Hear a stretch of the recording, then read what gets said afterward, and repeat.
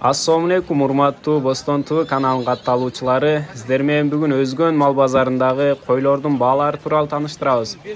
Бизге подписка болуп, лайк басып, комментарий жазыңыздар. Анда биз баштадык. Ака канчада атасыз койлор? 2.35.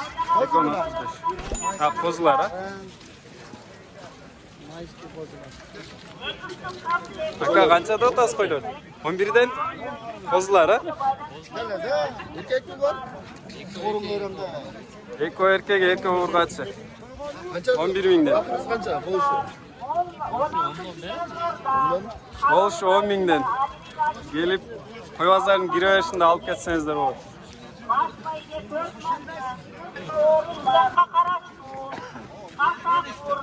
Aka kançada atasız koyuyordu? Kançadan deyiz? 15'te. 15'ten ha? Kança atış az mı? Kança atış? 6 dişi.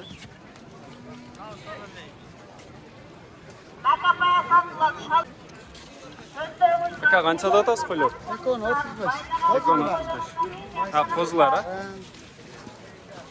Майский козулар. Erkek bir. Ha, orga çıkan ha. Bu da orga çıkan. 8 mingden kozular. Ne kozular kimde ne? Evet. Erkeğe öyle çok zor. Bunlar 6 cerinde. Kaçada da zeka. Bunlar Burası da 6 alçarından cerinde. da. Burası 6 cerinde. Bu özü 9 kendi. Koçko. Ha. Ne atam? Yoksa Aka koyuyordu kançada atasız? 25. Kança atış mı var? Balası mı ya? Balası erkek.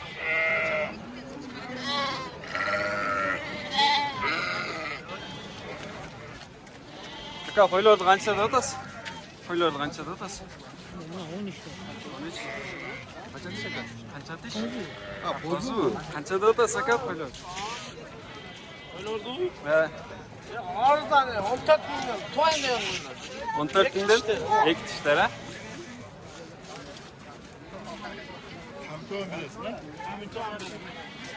Kançada atasız aka koyuyordu? 20. Kança atış?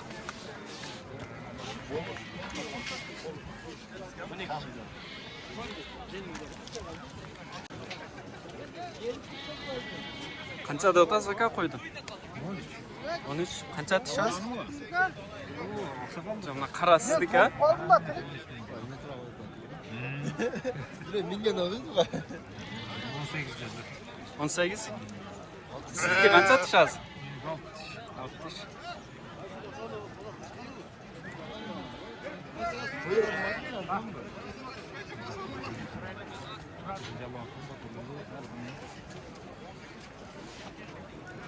Kançada atasız koyuyordu?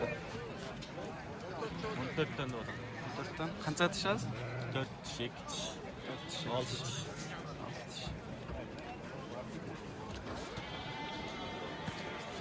Aka kançada atasız koyuyordu?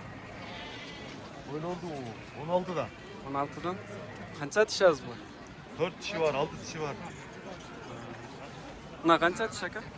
Bu 6 diş. Bu 4 diş. 4 dişi var.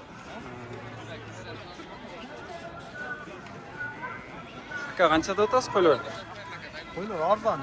Bir Arzan. kançılık. Kança. Mavi 9 mu? 9 bin. Mavi 13 mi? Mavi 10 mu? 10 bin. Mavi 14 mi? Kemi var. Kemi dizede. Kança atış akalar az? Yok. Kozular. Boz var. Kozular ha? Yine onu arda.